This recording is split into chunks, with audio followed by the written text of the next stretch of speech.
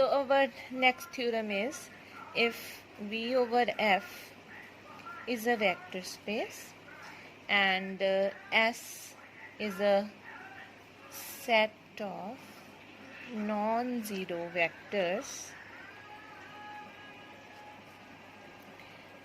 let us say V1, V2 up to Vn,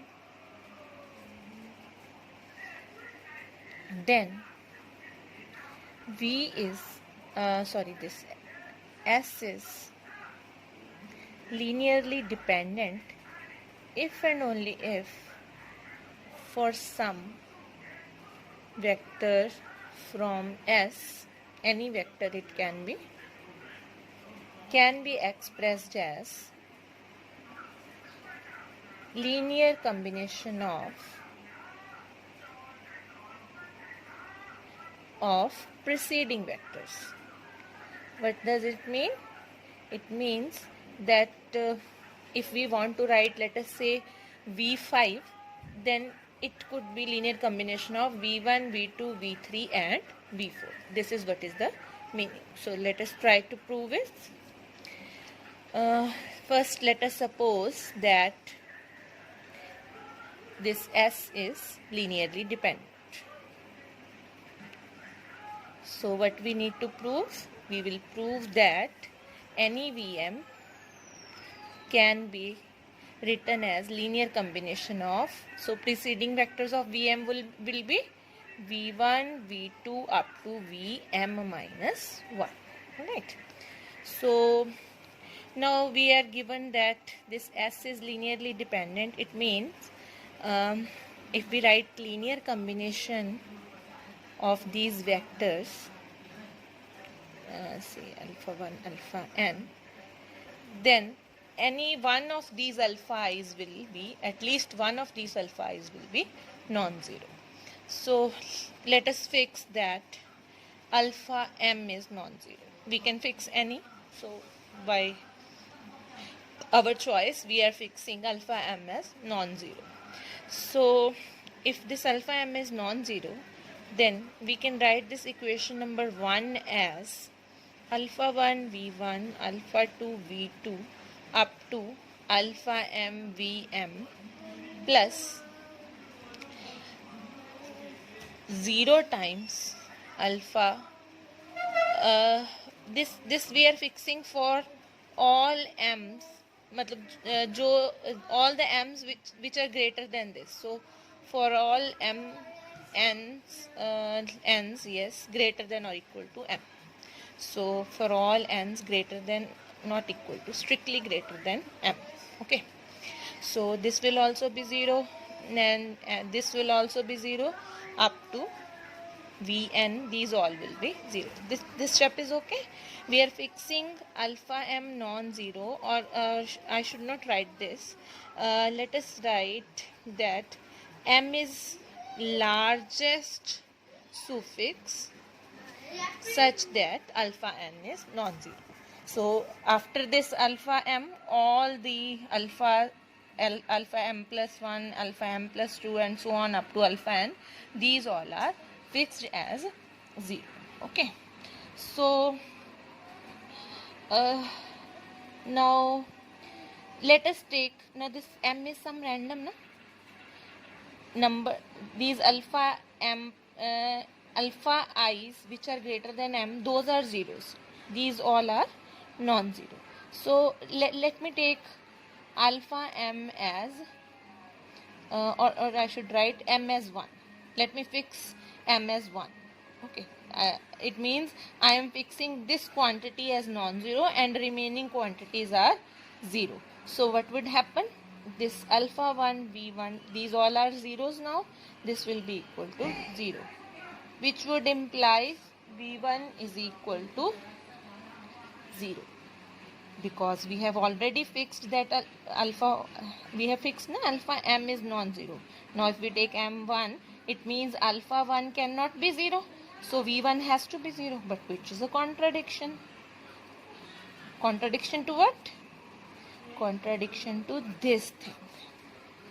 But we have assumed in the statement of theorem set of non-zero vectors, but this vector came out to be 0, so therefore m cannot be fixed as 1. M has to be strictly greater than 1. We cannot fix m as 1, or let us say m lies between 2 to n. This can be any, but it cannot be equal to 1. So now we can rewrite our equation number 1 as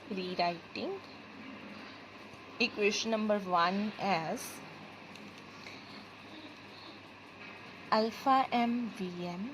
So what we are trying to do, see, equation number 2, not 1, rewriting equation number 2. Now see what I am doing. I am keeping this term on one side and taking all these terms on the other side. Okay, so this will be minus alpha 1 v1 minus alpha 2 v2 up to minus alpha m minus 1 vm minus 1, which implies vm.